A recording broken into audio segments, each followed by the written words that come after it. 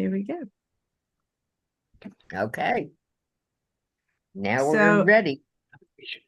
so good evening, everybody. And what we said we would talk about tonight is the importance and the critical nature of music for our high holiday services.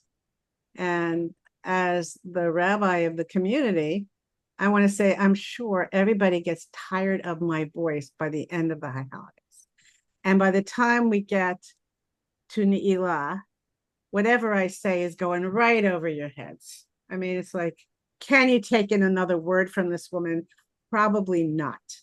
But what is able to come throughout all of the Yamim Noraim, of all of the days, is the music. Because the music has the capacity to penetrate in ways that words simply do not. The words are there as guides, the words are there to spark us, but it's the music that really enters our neshama, that really enters our soul. So that's kind of what we want to talk about tonight is how does that work for you? And also some of the musical themes and the wide range of music that Sariel and Jerry bring to us for the high holidays. So we were talking before, and we said it's been what 16 years that we've been doing this together. So we know each other well, and it's important to say that the melodies that we have now really entered into us, and I think you get that response when you're singing. So to start with, what's the first musical theme that we hear is at the beginning of Rosh Hashanah, and and we do it as a nidun. And so Jerry, if you want to, or so, either one of you. And la la la la la la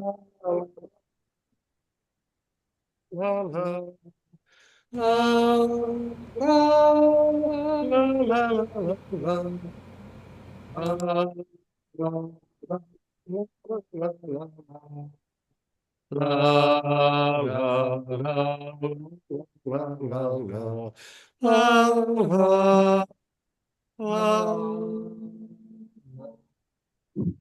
And if we think about what that music does, right, that it's very flowing. And if you heard it at a concert, what kind of the imagery is of, for me anyway, it's like somebody's about to come in. I don't know if anybody else has that sense. It's like I couldn't hear it very well. It was breaking up. So we'll try it again. Was that true for everybody? Can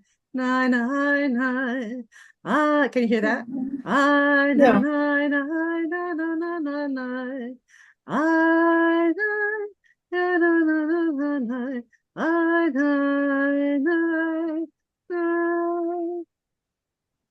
And that You, is but Jerry and Sariel were breaking up.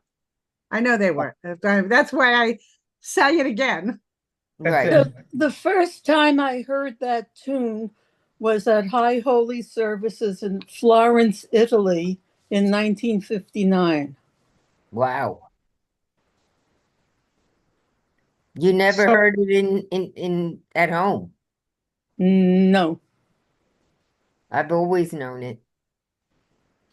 I heard it first at Tehillah, and Rabbi, this is very funny. For me, I wait all year for Rosh Hashanah to hear this. So I'm here for it. I've arrived. yes. Funny. I think it is like a processional, but what I get is that everywhere is the same melody that starts the high holy days. During Shabbat, we have different melodies, and every shul has their own thing, and there's the same ones, but not always with the same prayers. But this is consistent, and it's a connection that we have both with the holiday, with each other internally, and then with the community at large. Do we know the composer for this, Jerry? As far as I know, it's traditional. I don't know that it's So ever this been is one of those what we call me Sinai tunes. exactly. We say it's from Sinai because we don't know. In the same way, actually, the Kol Nidre, we don't really know who composed it. And there are different arrangements, but there's certain basics are there, and it's been adapted into classical pieces. However, we don't know where those original chords came from. That's kind of interesting. But I love the fact that Nancy heard it for the first time in Italy. So that gives you a whole sense of it. You And want to I'm say wondering, something? was that an Ashkenazi or Sephardic synagogue in Italy? I believe it's Sephardic.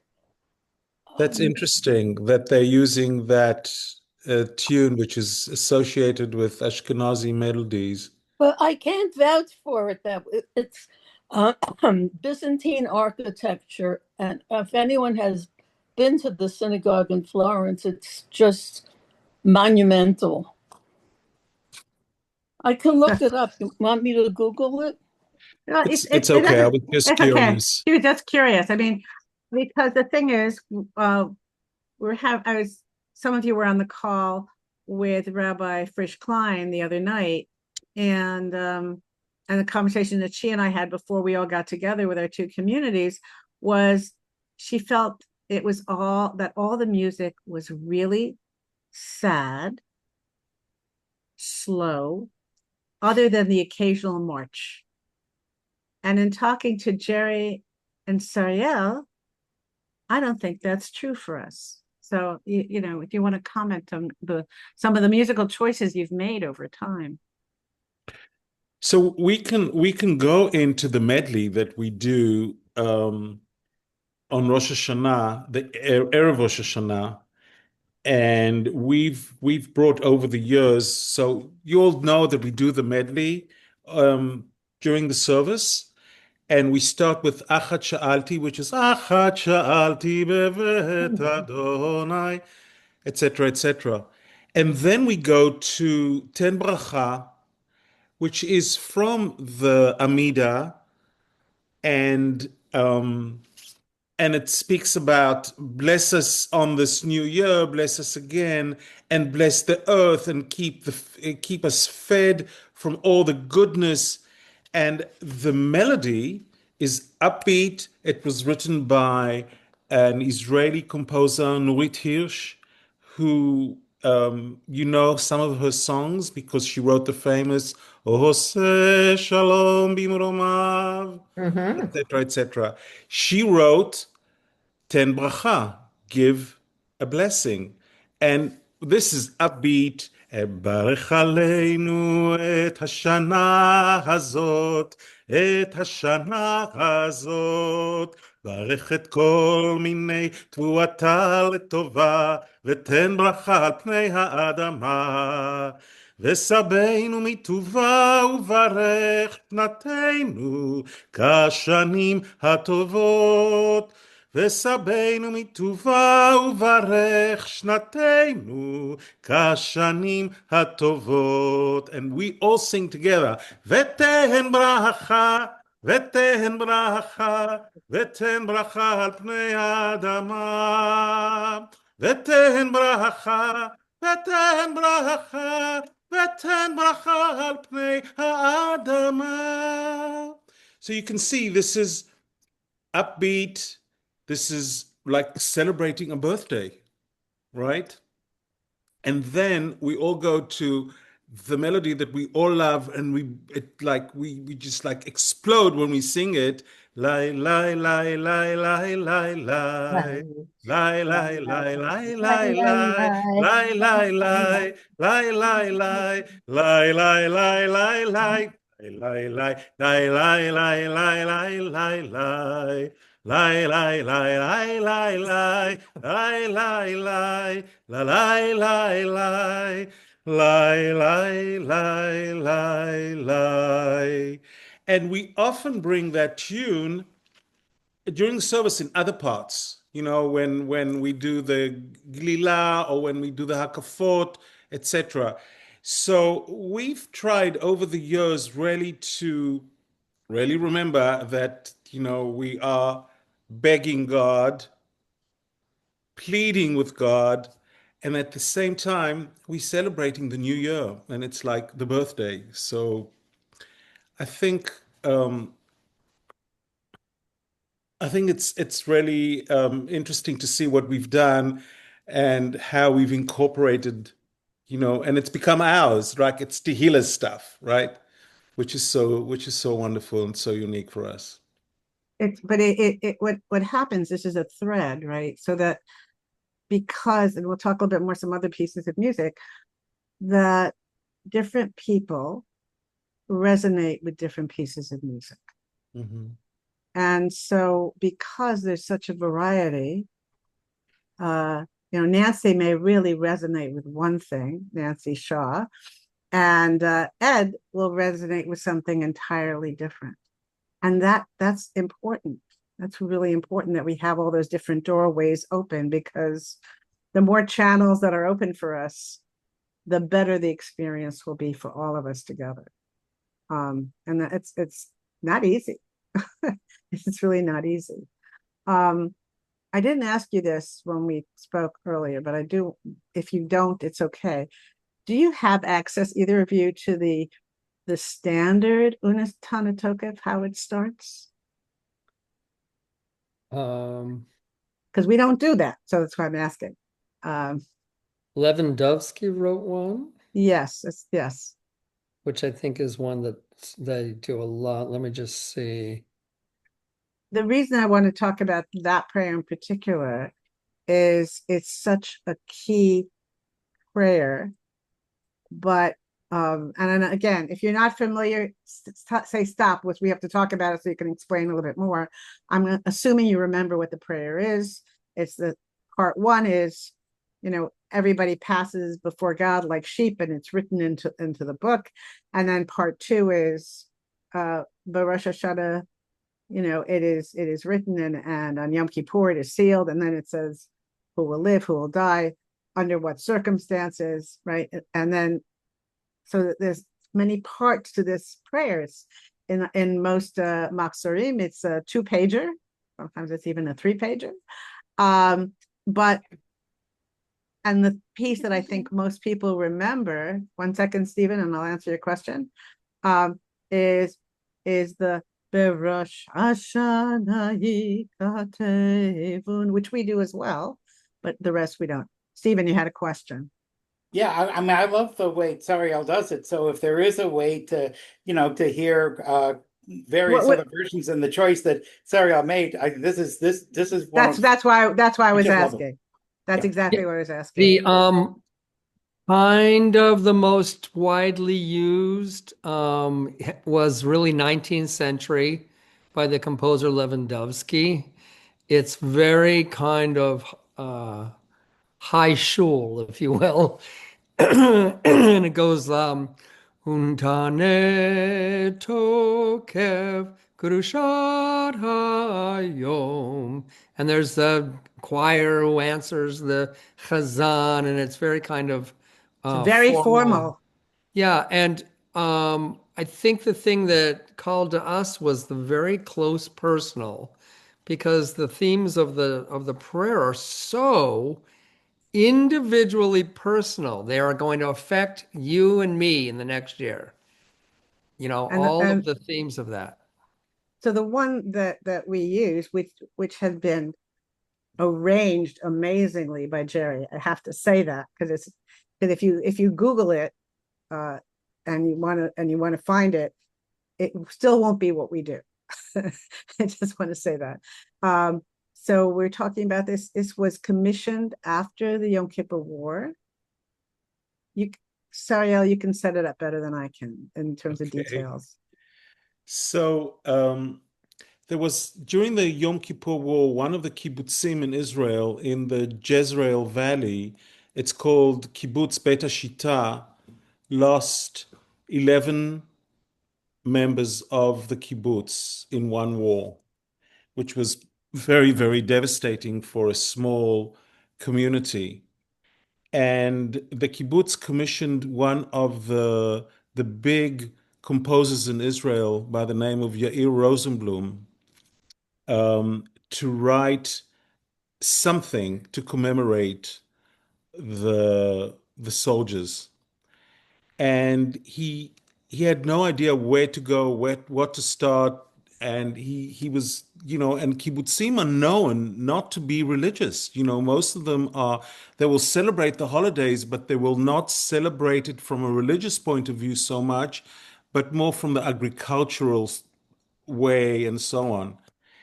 And even though he decided to pick up the Untanei Tokef from Rosh Hashanah and set that to music, and it's got he's taken some more of European Ashkenazi themes, and then he brought some rhythms that are more Mizrahi, Sephardic, and he's blended all together. And that's the one that we sing. With some pretty modern sounds too. Yeah, then there's some modern stuff, and it's a wonderful, wonderful piece. And for us to have continuity, and to have the familiarity of about the Rosh Hashanah Tikatevu, we brought the old Lewandowski tune in, which we all do. So Jerry did an arrangement to incorporate that. So we've got the new, which is not so new anymore for us, and we've got the old all put together. And it's really a very powerful piece. And over the years, speaking to other cantors and cantorial soloists in different synagogues across the United States, a lot of synagogues are now using the Rosenblum Untanei Tokef and slowly letting go of the old tradition, which is very interesting. And just a little bit of a side note, a couple of years ago, our daughter moved to that same kibbutz, and she lived there for about 2.5 years. So that's just a personal sideline. So Shira's asking, how do the two fit together? It's that I'm thinking like page one in the Machzor is what's been transformed. And then when we get with the part I sang that little snippet of, that's the old stuff. That's the old stuff. But then we go back to the new, and what it feels like to me, and again, this was new to me until Sariel and Jerry brought it in, because I grew up with the other version, which I will be really honest about, always left me cold. Even though my mother said, I can't, especially on Yom Kippur, she said, I have to wait for the Unatana Tokef.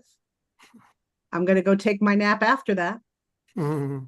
But it always left me cold, except when we got to the Rosh Hashanah. That was fine. But the first part was like, duh. What is this whole imagery of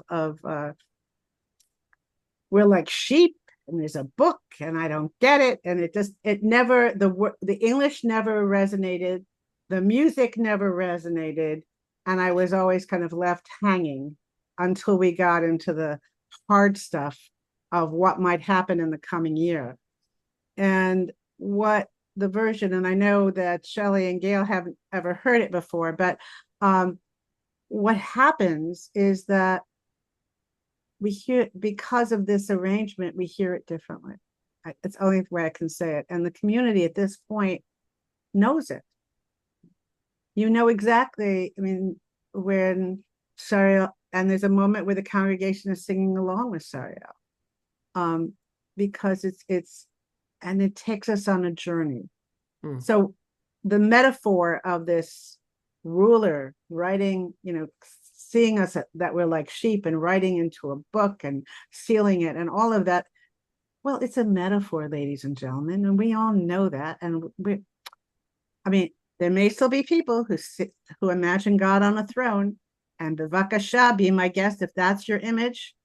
You are more than welcome to it. But for me, it does not necessarily work. But the music reminds me that this is a metaphor. This setting reminds me that this is a metaphor, and therefore I can travel along with it. I don't know how it hits other people who've heard it many times. And you're always tuning into the music of things. I don't know if that's what you hear when you hear it, but yeah, you're muted. So but Yeah, pretty much the same. Yeah, pretty much the same.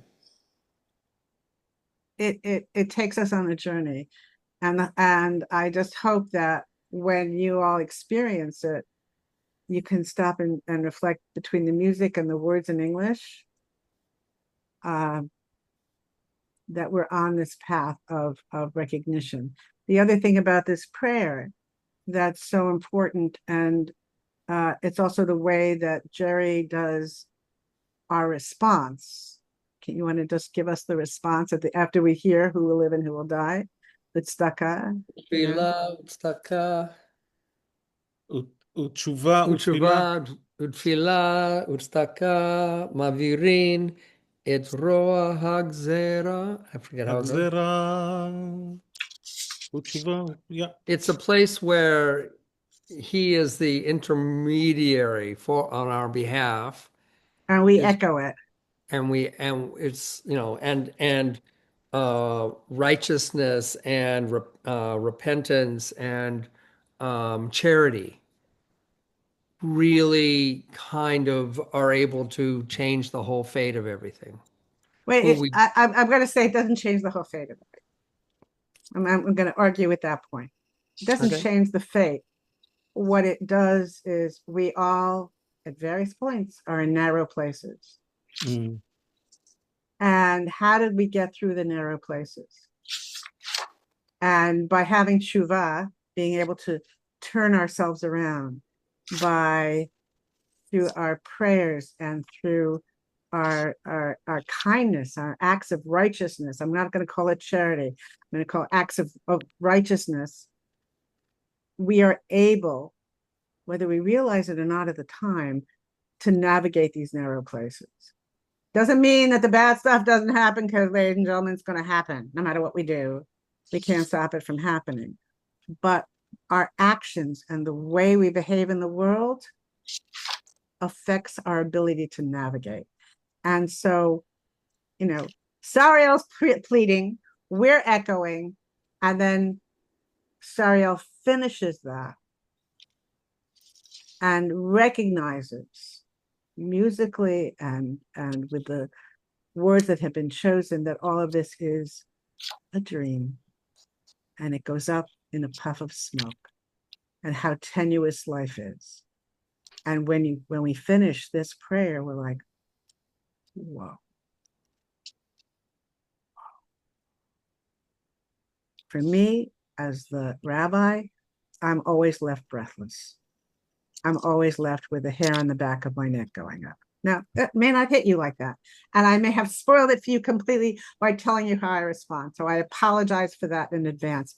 But personally, it is such a key moment in the service, because it's a real linchpin. The music is what carries it through. For you, Sariel, coming to, how does that feel when you go through this process? Well, I think I have a big advantage, and the advantage is that Hebrew is really my first language. And I think it's especially when I sing the prayers in Hebrew, which is my language. I can relate to the actual word, and I know exactly what it means, and it's not translated, and it's not a funny translation, and it's not a strange, but it's really exactly what it is. And I think it gives me an advantage to actually bring the chachalom ya'uf, the dream that flies away. I can actually sing it in a way that that the words are, I'm having a hard time explaining it, but it's just like it's like a very strong synergy that I have with the language that allows me to bring it out there. And I hope that when I do that, that even if you're not Hebrew speakers, you can get the meaning behind it, that you can actually be with me and get the feel that I, as the Chazan, trying to convey through the language. Um, um, and Jeff had a question. Jeff, you want to say something? It's not so much a question, but you in fact do it, and you do it to me effectively. I don't know the language. I still resent the fact that I was taught how to say what the letters sound like. I went to Hebrew school, and they still don't teach us the language. I resented being the valedictorian amongst the 8 kids in my graduating class and didn't have the language. But you effectively convey exactly what you're talking about. I'm glad for myself because I'm not a believer that I don't really understand the words, but I am affected by the emotionality and the particular way you guys are able to convey it. Well, that's wonderful. Thank you. Thank you for saying that, Jeff, because that's really something I always try to convey. And I get the advantage that I have, knowing that Hebrew is my mother tongue. It's my language that I still think in, write in. I mean, yeah. Sure. And in that vein, I'd like to. There's a part that Rabbi was mentioning that we all sing together and we all know it. It's "Uveshofar gadol yitaka v'kol dmama daka yishama." It's the part that says the great shofar is sounded, a still small voice is heard. And my invitation to you is, as I modulate in my voice during the prayer, that you do that with me, because I say "Uve shofar gadol yitaka," with gusto, and then "V'kol mamadaka yishama," with a still small voice is heard. It's very soft. The shofar is loud, but the way we hear it is very, very soft. And then we go, "Umalachim yechafezun," and the angels are dismayed, and they're going back, and they are afraid. V'chil ure'ada yachezun. There's a synonym. There are two words there. They're saying the same thing. They're shivering, but chil is shivering, re'ada is shivering. Hebrew is so interesting about that. They've got the same thing, but they've got 2 or 3 or 4 words saying the same thing. But when you say chilu ada, you're not just shivering, you are to your bone, to everything about you. You're a mess. You're trembling, literally. So when you sing it with me, I invite you to have that in your voice as well. V'chilu ada yechasenu. Be with me in that way, so that we can "Uve shofar gadol v'kol mamadaka yishama," and then "Umalachim yechafez," and the angels are running and rushing, and we are trembling before them. So if you can do that with me when we sing together, that will be just exquisite. Thank you. So I said this is one of the core prayers. And Yeah. the But conversation. you see, I try, but unfortunately, not only don't I understand the Hebrew, but I can't sing on key. But you guys are able to make me feel the very things you are describing here in this meeting. It's great. That's great. Thank you. So as I said, this is the central prayer. Another central prayer is Avinu Malkeinu. And we experience 2 different Avinu Malkeinus. Really, we do this the regular, the one we know really well, that everybody sings full-throatedly. And then toward the end of services on Yom Kippur, we have what some people call the Barbara Streisand, but it's not Barbara Streisand. It's just that she made it famous. And okay, it's not Lewandowski. It's Janowski. Janowski. It's a ski. Sorry. It's Janowski. And that is really beautiful, but it's really hard for a community to sing. Really hard. So I think that, but having it helps us continue that conversation.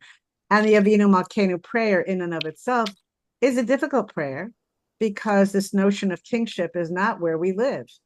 And then Avinu, well, I'm sorry, my image of God, and I don't know how it's true for most of you. I don't know if I'm thinking in terms of a father, even though I adored my father. I may think of I tend to think of a non-gendered figure, to be honest with you. And so we don't translate the Avinu Malkeinu. The phrase is clear, but if we were to translate it, we might come up with other words. And we often share some of the other words that we've come up with. But the music has the capacity to dig deep. And the truth is, Sariel doesn't sing it on Rosh Hashanah because it's part of Shachrit. So it really becomes an obligation of the congregation to sing it full-throatedly, emotionally, and honestly. And it's a plea. It's absolutely a plea. We were talking, the three of us were talking, and Sariel said, my job is to plead with the divine on the behalf of the congregation. And my comment to him was, yes, but it doesn't all sound like oi. And as Sariel began this evening with the Achat Sha'alti and Tain Bracha and the Nigun, it is always a different entry point. The other piece that sort of exemplifies that is Shema Kolenu, which begins with a more plaintive place and becomes not quite upbeat, but has a different tone to it. If you want to share that. Yeah, so there are so many tunes. There's so many tunes to the Shema Kolenu, and we chose, I think, the middle of the road, and also allowing it to be more congregational. And it's definitely a plea, and it goes Shema, Shema, Shema Kolenu, Shema Kolenu, Shema, Shema, Shema Kolenu, Shema Kolenu. But you often begin with the Yeah, I just need you to give me the beginning. Mhm. Give me 1 second. Some melodies going around my But I head. mean that's the communal piece, but it starts with the more formal piece. Yes. And Shema Kolenu, what does it mean? Listen not to my voice, to our voices. Which is why having a communal, it has a chazanish beginning. The chazan it leads off, but then there's this opportunity for us, all of our voices, to come together in what Sariel just sang, right? We can all do that. We can all ask to be heard and seen and recognized.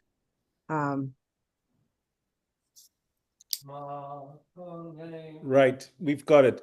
Shema Koleinu Adonai Elohei Hus verachem aleinu vekabel berachamim uveratzon et tefilateinu. So you can really hear the pleading here with God. Hear our voice, Adonai, and have rachmanis, have mercy on us. and accept our prayers with a desire, which is interesting. Yeah. We're not forcing you. We really want you to. We want you, yeah. And then We we go want into you to some, want us, please want us. Hear us, and please hear us. right. And then we go to something which is a little bit of an upbeat and still has that pleading in it. With the Shema Shema. So another prayer that I spoke about, and Shelley and Gail, you were there, and Ed, you were there, when I spoke about Hashivenu. Hashivenu is part of our regular prayers when we sing a time. Yet it gets taken out of its normal or regular context, even though we do sing it when we around the Torah service. It gets taken out of that context and becomes another theme of the high holidays. And the Hashivenu we do is Karl Bach, yes? Well, Or not? It's or not. I think I'm it not is. sure. Is it I Karl don't Bach? think That's not Karl. The other part is the English is Karl Bach, right? Return. Return of the Yeah. hand. Okay, It is? I don't know. that's interesting. Not Okay, sure. we'll check. I'm so used. Nancy is training me. I just want you all to know. Nancy is Hayasura, otherwise known as, is training me to not just recognize melodies, but to get more used to who the composer is. Because I've never known who the composer is of anything. I just hear it and go, okay, we'll do that. And only once in a while do I know who the composer is. So. But she's training me. That's Good. excellent, Nancy. That's why. But the Hashivenu that we do is what? Who is that? The Hashivenu that we do is very deep. And again, it's another, it's not sad, right? I wouldn't call it sad. Would you call it sad, Sherry? Sariel?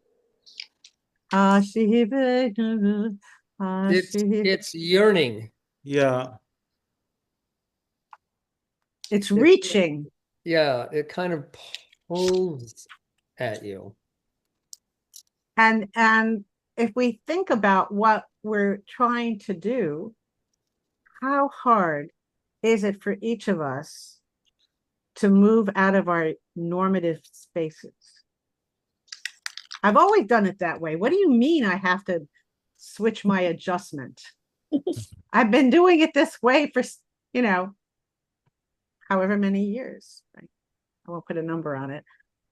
So when we sing Hashivenu, it's this sense of, oh my goodness, I've got to get out of my regular place. I've got to make room to be able to turn, to adjust, to switch. It is Karl Bach. It is? No, Return Again is Karl Bach.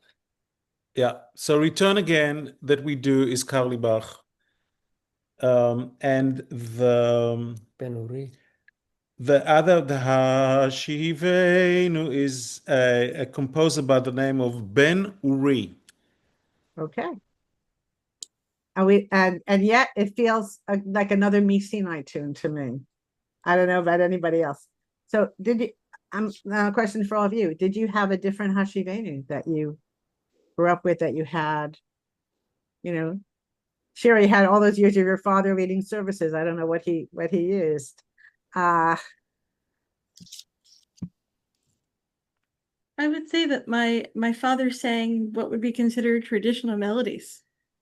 So that when I came to Tehillah, it was actually very different to the approach to choosing the melodies for the music, because I think my father sang the ones he'd been taught. I wanted to actually, because you were talking about Avinu Malkeinu and how the concept of a king doesn't really speak to you. And for me, my father always described the high holiday services for people who don't know, my father actually did high holiday services for a number of years when I was a teenager. And he always talked about it as a drama.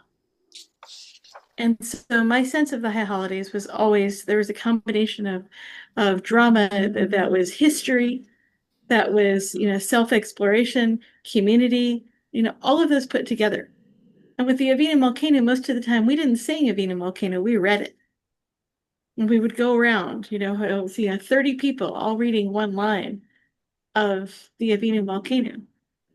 So that it was more, and we would always discuss it. We would always talk about it. He didn't do sermons. He refused. He said, I don't do that. So there would always be a discussion. And that was the high holidays for me. Hmm. So interesting. Thanks for sharing that. He said he was very like, I'm not a rabbi. I don't do sermons. But it would always bring out, we would end up discussing the same things every year, but in a different way with different insights. And the music felt very familiar to me because that was those were the tunes I learned in Hebrew school. Those were the tunes that my father knew. So it was a completely different experience. So I think, what's interesting about that is that I'm now officially in year 18 at Tehillah. And I spent many years in other shuls with other music. And when I first came on, we had a certain Latin rhythm to some of the stuff that we did because of who the prayer leaders were. And then we evolved into what we have now. It didn't happen overnight. It was a real progression over time. And what that does is when you're in one community for so many years and you allow for change, and also repetition, yes, and change and repetition, it goes into the marrow of the people who are present. And even for those who are new, there's a sense of, oh, I can hop onto this. This is familiar. Oh, this is new. Oh, but you'll be surprised how many times we do it over the course of these holidays. So by the end, it's not so unfamiliar. Shelley, you wanted to say something. I think that the power of the change, going back to what Jeff said about language, if you don't understand the Hebrew, you can look at the English or you can let the music take you. But the other language is what you're feeling inside. And I think, having to come to Tehillah and have this whole new thing happening is really what it's how we've survived. This is how we live, that we carry the tradition, but we do it in a new way. To be able to do that, to have that experience, I think is really important. And so to pray by rote is not what we're about. And to do our holidays by rote is not what we're all about. And I think about people who had to, pray in places where there was no rabbi, where there was no chazan, where there was no, kahal. They had to make their holiday by themselves, and yet they did it. And then they passed it on to their children and on and on and on. So I think it's powerful to try new things. I don't always like it, but it's still powerful. Right. This is a comment that maybe Shelley can speak to as well. That when I was at BJ, which really, these are the only two places that I know, it always felt like Broadway. Gail calls it the designer shul. It is a production. And I Whereas, but I was gonna say, whereas what Jerry and Sariel do is bring us in and make us part of. Yeah. Whereas the other one is, excuse me, just observe and watch. They allow you to pray with them, is how I look at it, as opposed Right. being together. But I think too, I had to learn when I left BJ and went to a completely different shul where there was no music. I had to learn to pray, to really pray from inside and not just let the music do it. I think there's the combination. The music is uplifting, it fills in gaps, but you still have to bring your soul to it. Otherwise, it's like sitting in the car and singing, whatever music, and then you get out of the car and you don't remember the lyrics. After I think probably 3 or 4 days after the holidays, I'm still hearing the music. It's still coming with me. It carries me. And even now, sometimes when I'm out running, I don't know if it's the rhythm of my steps, but a prayer will come. And I think that is where the music and the prayer come together. But at BJ, for me, it was all the music. I didn't know the language, I didn't understand anything, and I just let that do it for me. And it's not quite as powerful, but it is beautiful. But It's an interesting issue because I grew up in shuls without music. Beginning in an Orthodox shul, then on Chassid, and the first cantor I had as a child, he had a choir. I liked to sing, so he encouraged me to sing from the pews because nobody would sing with him, and I wasn't, I wasn't afraid to sing with him for whatever reason. And then my dear friend Natasha Hirschhorn became the Chazan, and that was like, wow, right? And when I came to Tehillah, there was instrumentation for the first time in my life. I never experienced it before. Yeah, Terry looks like what? I never had it. And in rabbinical school, sure, when we daven together, sometimes we'd have music, but not for high holidays, not what Tehillah did. And for me, the music was another point of entry. Because I had prayer muscles, I'm going to call it that. Right? I had prayer muscles that were developed from a very early age with no music. The music became another lift in, another enhancement, as opposed to the point of focus. And I think that what you're saying, Gail, Shelley, Gail, you haven't said anything. Shelley, what you're saying though is our experiences, our previous experiences often inform how we respond in any situation, right? What we come in knowing or not knowing makes a really big difference. Ed was talking about his experience of coming into the service while Avinu Malkeinu is being sung as a kid. I already have an image of this little boy from that, from the way he described it. I think our experiences are the nuggets, and then the new experience does something else in the transformative relationship. Well, I remember sitting in BJ the first Friday I went, and I hadn't been in shul for a long time, and I just cried. I just cried. I didn't understand the language. I didn't know what was going on. I only knew that the Siddur opened together. I had forgotten everything. And so that was the music, but it had to connect with something that from all those experiences way back as a kid, because there is that connection. We came to it from two different places. You came with one and I came with the other, but I think to have shul without any music to me now would be, it's difficult on Saturday at CSAR. It's very difficult. I can do it, but it's not the same. I can't imagine praying without the music. I cannot. Yeah. Because that's It's what work. that's what I came into. But it's work, Atara. It really, for me, it takes. And I understand the words. And Yeah. It would be difficult. When I grew up in Washington Heights, it was an Orthodox temple, and I didn't understand the words. I just learned the music. I learned the words with the music, but I really didn't understand the purpose of what the prayers were about.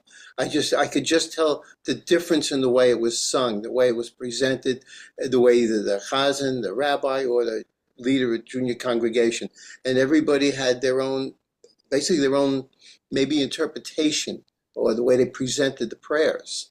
And so when we came to Tehillah, I recognized a lot of the music. And one benefit of having the music played by our musicians is I knew which version before it even started. Otherwise, I used to wait and say, "Do I know that? How does this go?" But now I already know I know the first few notes. You know, I can name that tune, basically. And the problem I had when I'm not at Tehillah is I'm trying to find the words. I'm trying to connect because our previous rabbi many years ago used to say, this is not a spectator sport. You have to be part of it. You have to step in. You have to own it. And sometimes I need the words. That's why it's always important to find what words. Let me look at it. Let me see if I can get those words, that muscle memory and the music and the words to match, or sometimes I hear somebody say, that's not how Serial sings it. We don't do it that way. You know, it's Serial's way or the highway, sometimes I tell myself, which is really, it makes it mine, you know, like it's not Serial's, it's my version that I allow Serial to sing praise on my behalf. I sort of, you know, and when I listen to the healing CD once in a while, and oh my God, I got Serial. I can play him anytime I want, and I can accompany you at the services now because I know where you're going with it pretty much. That's why hearing it is so important, and it's not the voices, it's not how we sing, it's our connection. We have to connect to that. We each find our own way. It's not an automatic thing. And I think what Eric said to the congregation, it's not a spectator sport. It's not a performance. And the work that Sariel does as the Chazan is to plead on our behalf, and which he does with the Hineni. And the Hineni is very much his neshama, his soul crying out. And the fact that the tradition has become that the Chazan walks in the back of the congregation through. So in some places, it's like, oh yeah, this is this dramatic moment. Okay. And that's one way of looking at it. But there's something else going on.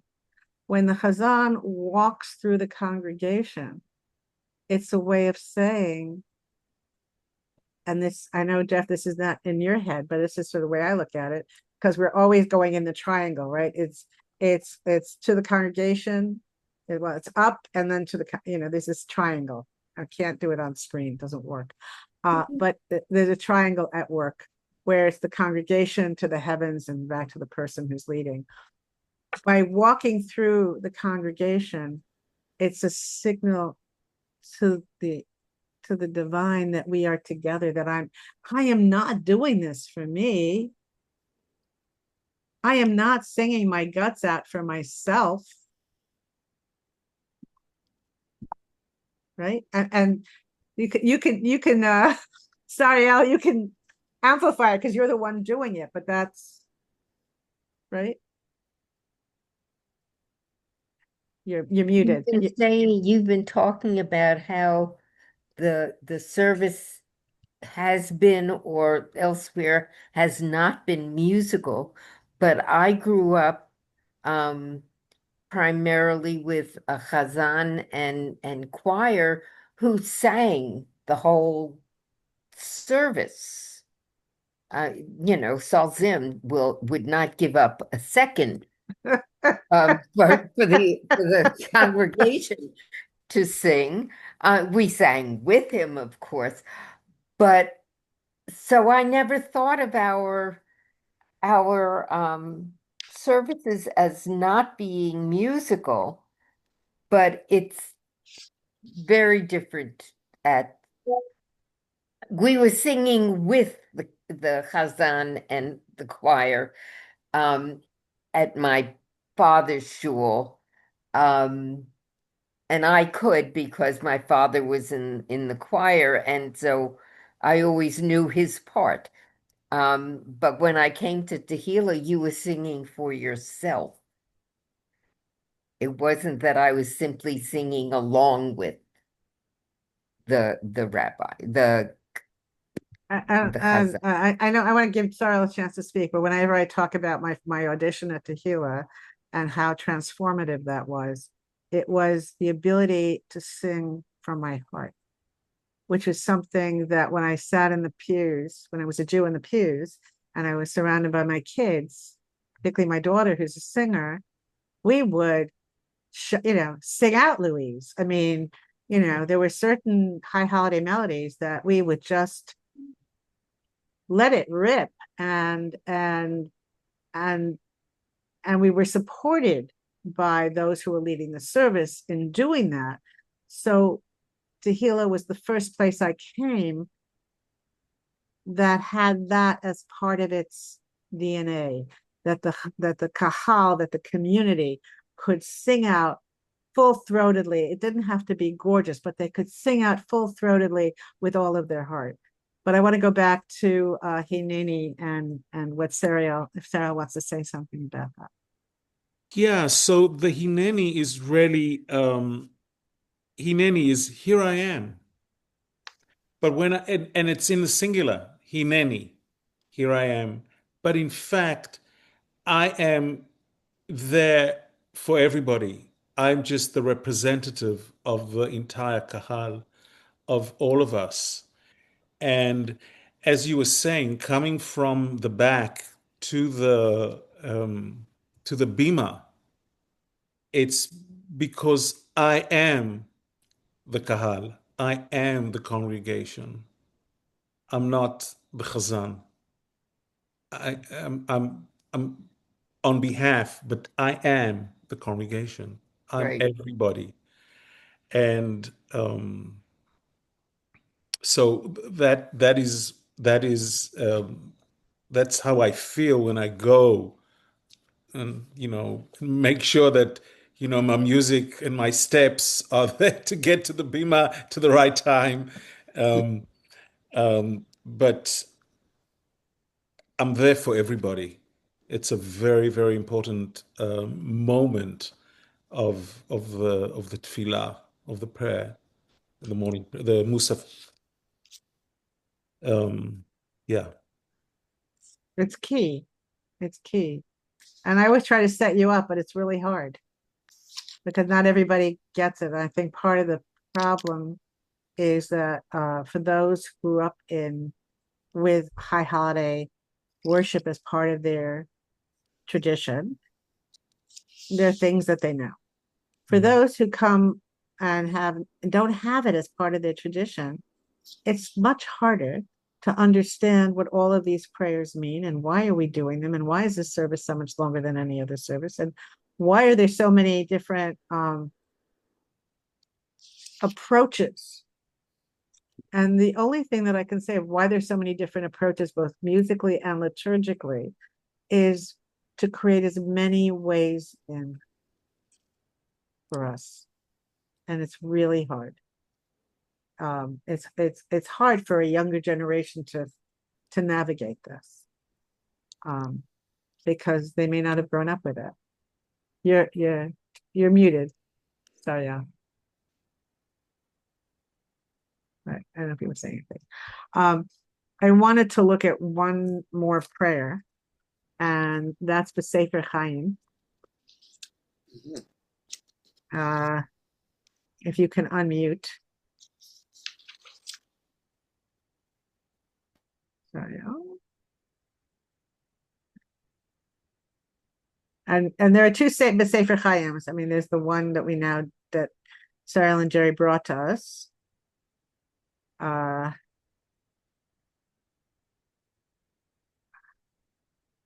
Yeah, so we brought two tunes. One is a later version, but the one that we all know that we're doing it for many, many years is Besefer Chaim Bacha V'Shalom Ufarnasa Tova. Sorry? Your father did? Stop. We're not muted. We're not muted. Yeah, so that's the tune that we mostly sing and everybody knows pretty well. And we either do it as a nigun or we do it as a full prayer, which is really beautiful. And when we were talking about bringing traditions from other synagogues and making it ours, I didn't grow up on that Besefer Chaim, and I come from an Orthodox background, and I cannot even remember the tune that I grew up in because later on I joined CBST, and that was the tune they had. And that's what I have today. and everything from my childhood around Besefer Chaim is absolutely not there. And maybe if I'll enter the synagogue again one day and hear that tune and say, oh, yes, but it's really interesting. I learned a new tune and that became mine. And then we joined Tehillah and we brought it to Tehillah. And now it's Tehillah's, which is, Right. this is how beautiful it is. It becomes ours. And the same way that someone who actually used to play for us on occasion wrote an Eitz Chaim that we only do at high holidays, and I love it but nobody else knows it, and so just a few, it's like so beautiful. So if we share a little bit of it, Chris. Oh God, Jerry had to step out, and I Okay, don't trust uh, me. Don't. This is the problem, right?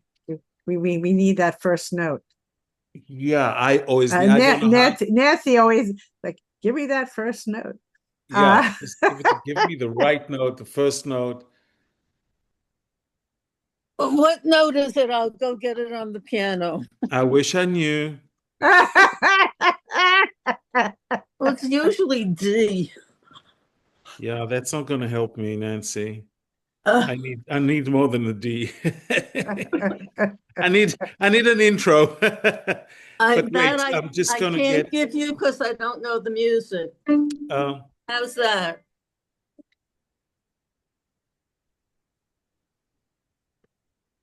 I know that I start with a C minor.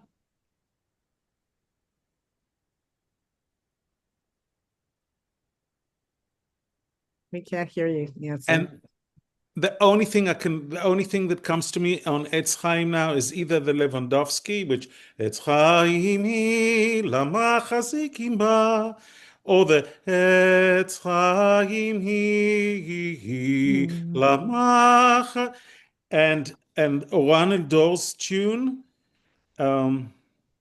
just, and I know it so well, and it doesn't come up. It's okay. It's okay. But anyway, my point really in bringing it up is that this is a comparatively new melody. It's less than 10 years old at this point. Yeah. Less than 10 years old. And it's become a melody that the congregation now knows. And I think that's really part of it. And when I came to Tehillah, working with a different team, the one thing I insisted on, because they had this whole musical thing, I wanted my Hayom. And the Hayom that I like is it's Hayom, Hayom, Hayom. Right? That I had to have that Hayom. Why?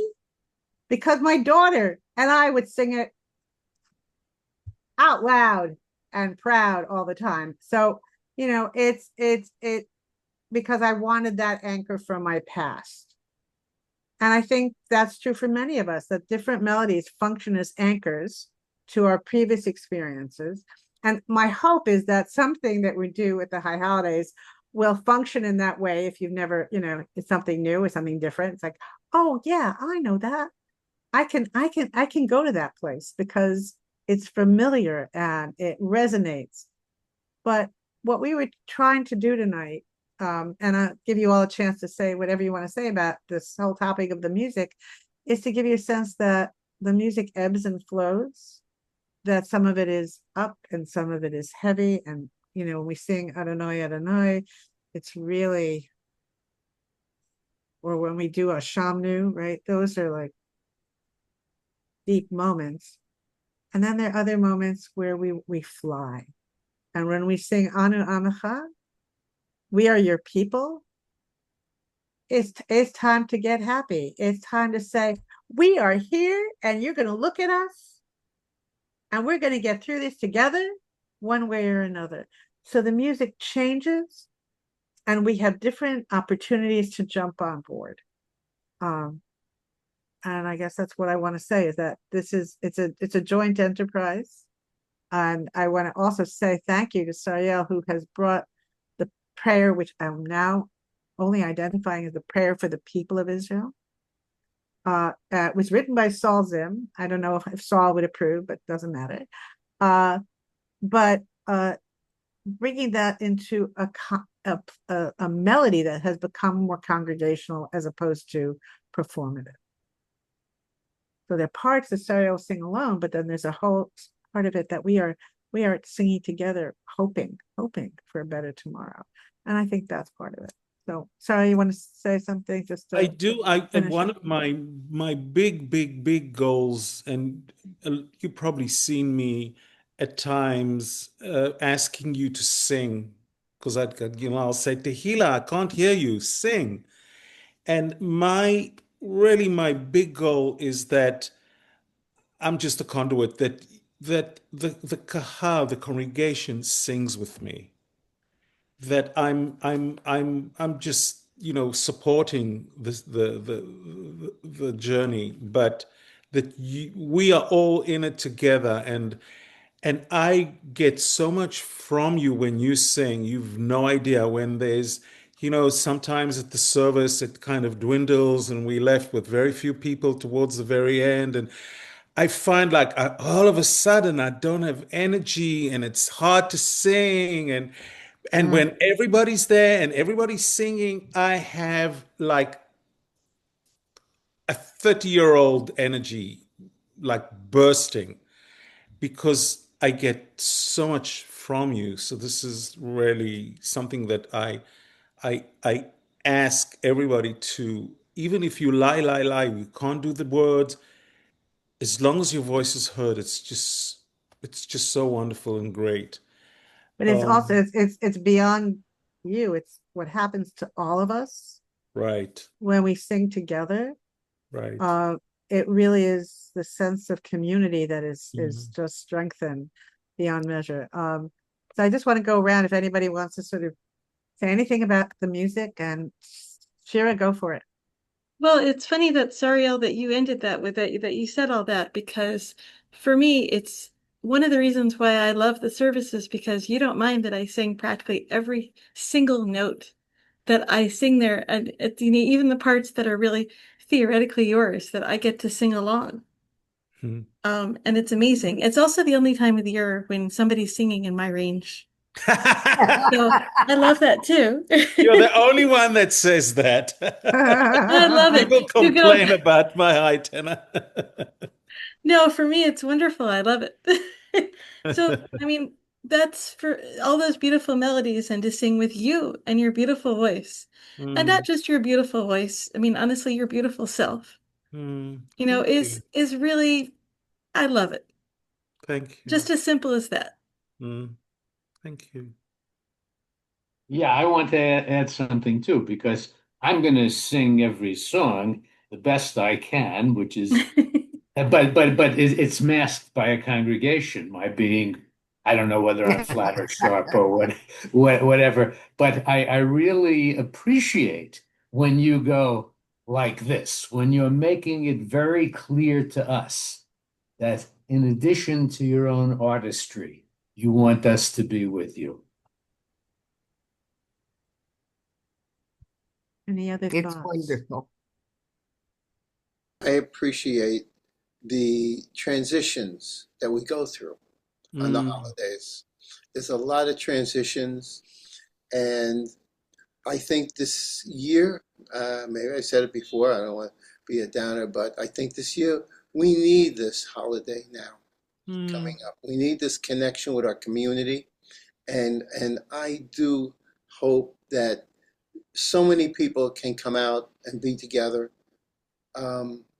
and help us and go through this journey together, hand in hand, voice with voice, and make it a good year for us. But you give us, you have a gift, and the gift can only be received if we're there for you, and we are there for you too. You and Jerry making it happen, and it's not just a warm feeling or a satisfying feeling, but we're home, you know. And Tehillah does that for a lot of people. It's a home. To home, We are in our home. So thank you. for sure. I'm going to take it up a notch. I can't help myself because that's what rabbis do. It's what we're given with the music is tools for our own journey, tools to recognize that this holiday is helping us on the journey so that we can be sustained and we can keep moving, and that we have hope, and that there is light. And when we sing together, and we're allowed to sing with full hearts, there is light in the room. And when there's light, we are pushing away the darkness. And there's so much darkness in the world, and our ability to push away the darkness is tantamount. It's tantamount, because then who knows what we're capable of doing, and being and becoming. Because tshuva, we have to keep turning and changing. Atara, you want to say something? Oh, you went on and you went off. Okay. I think Sariel and Jerry thought they were going to be performing more tonight, and I really wanted them to be part of this conversation, because I think we don't always fully understand what the music brings to us. I mean, we know it like internally, but we don't necessarily put it out on the table and say,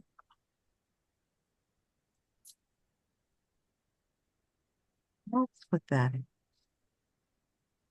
Now I begin to understand. Shira, you want to say something? Well, actually, I was thinking about the specific prayers, and I always think about Kol Nidre because that's the one that I've had to sing over the years. And what is the history of Kol Nidre, of the prayer, and what is the history of the melody of Kol Nidre? Because it's a melody that's completely unlike any other melody in the entire holiday. Yeah. Well, we know that it's a very old melody. We know the roots of this melody are very old. And the thing about, being absolved of promises that we've made has as much to do with living in Christian countries as it has to do with our own tradition. But in our own tradition, one of the commandments is we cannot make vows. We are forbidden to make vows. And I've talked about that in the Bima. And the truth is, by and large, modern people don't make vows. We don't vow in God's name that I am going to do X, Y, or Z. I swear, we don't do the swearing to God. I mean, we'll get on the witness stand, but other than that, I can't think of another time we're making vows. That's an oath. What? That's an oath. I don't know if we consider that different from a vow. Right, exactly. It's an oath. Thank you very much. That's actually quite true. But we make vows when we get married. And those, right?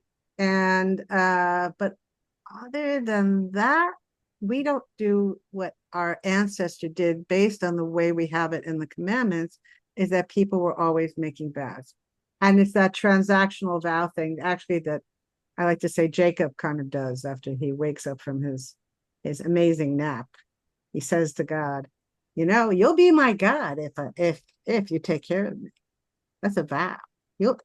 I'll be yours, you'll be mine. We're making a deal. And by the time we get to the 10 Commandments or the 10 suggestions, however you want to call it, we're told, no, we don't do that. Right? We're not supposed to do that. But the truth is, people, we say if you're in a foxhole, you're going to make a promise. Like the one vow that I know in my life is the vow my mother made when I was pregnant with our son. My mother vowed that if he came out 10 fingers, 10 toes, and a healthy baby, no more seafood for her. She gave up her shrimp. Okay. And here's a healthy baby. So, she gave up shrimp. She's the one person I know who made that kind of vow. But on Yom Kippur, we are absolved from those things. Those unkept promises. Not unkept promises to ourselves, but that we've made to the divine. What about promises to other people? What? What about promises to other people? Well, so we are told that before Rosh Hashanah, between Rosh Hashanah and Yom Kippur, you go up to people and you do the whole apology thing. I'm really sorry if I've hurt you in any way, either knowingly or unknowingly. And that's also part of the Al-Chet prayer, is we are apologizing for missing the mark in the ways in which we communicate with one another. If you look at the English of all of those prayers, they are all about language. I mean, there's some that aren't, but by and large, the vast majority are about language. So really, what the Kol Nidre prayer, with all of its musical potency, is about something we don't really do, but was also framed by the Christian culture in which we were living. But I'm going to do more homework for you, Shira, and give you. I have the book on right behind me. That orange book will tell me more. And I'll talk for a minute as I just pull it out. I wanted to just say that with bringing music to Tehillah, the Kedusha, which is the repetition, part of the repetition of the Amidah on Musaf, we brought the Na'aritzecha, that Jerry's sister and Jerry's father together wrote. Yes. And we've been doing this now for 16 years. Everybody knows it. We all singing together. It's become ours, and I love it. And then from there we go into the traditional Shema Yisrael, and then we go into this high beat Hu Eloheinu, which we brought from BJ. Hu Eloheinu, Hu Avinu, Hu Malkeinu, Hu Moshienu, Hu Yashmienu, etc. And people love it, and we really get into the music. So this is, when I look at this page, I'll go to a different synagogue. I'm not going to hear that. I know. Yeah. But when I come to Tehillah, it just feels this is ours. And then we alternate with the Ledor Vador. We either do the Finkelstein, Ledor Vador, Ledor Vador, or we'll go Ledor Vador, Ledor Vador. But it's ours. It's ours. We own it, and people love it, and this is what makes us so unique. And when we come, together, we feel at home. So Absolutely. I just want to say one thing about the Kol Nidre. Just did a quick look up. It goes back to Babylonian times, which goes back. So it has to do with this other practice of vows, and this explanation that I pulled out by Chaim Kivel is really historical. I am going to say to you that I think it's less. It isn't part of our usual behavior in the same way. I think most people are not like my mother and making vows that if then propositions. But on Kol Nidre, she would have been absolved of her vow, but nonetheless. I always thought it was something different, in fact. What did you think? I always thought that it marked the beginning of Yom Kippur, where we were supposed to start thinking about the past year, about our sins with our community. And we're taking on where the Chazan was supposed to take on that responsibility. That's what I always thought it was. Well, I think it is part of that, but the central part of the prayer about being absolved of one's vows is historically very old and no longer quite as powerful anymore. But yes, it's the beginning of that thought process. And the fact that we do it 3 or more times has to do with how a rabbinical court operates. That when a rabbinical court would legislate, they would announce the verdict 3 times, so that makes sure everybody heard it. No, And now it's because in case anybody's late, they still get to hear it. Gotcha. So Okay. thank you so much, Sari. I'll thank Jerry as Thank you, well. We will Rabbi. see you very, very soon. Yes. Thank you all for coming on tonight. Thank you. And this and- morning. Thank you. Toda rabba. A pleasure. Thank you, everyone. Thanks, It's just so everybody. great to see you, and I'm looking forward to seeing you in show. Yes. We'll be When seeing you you get back along. to New York. Thank you.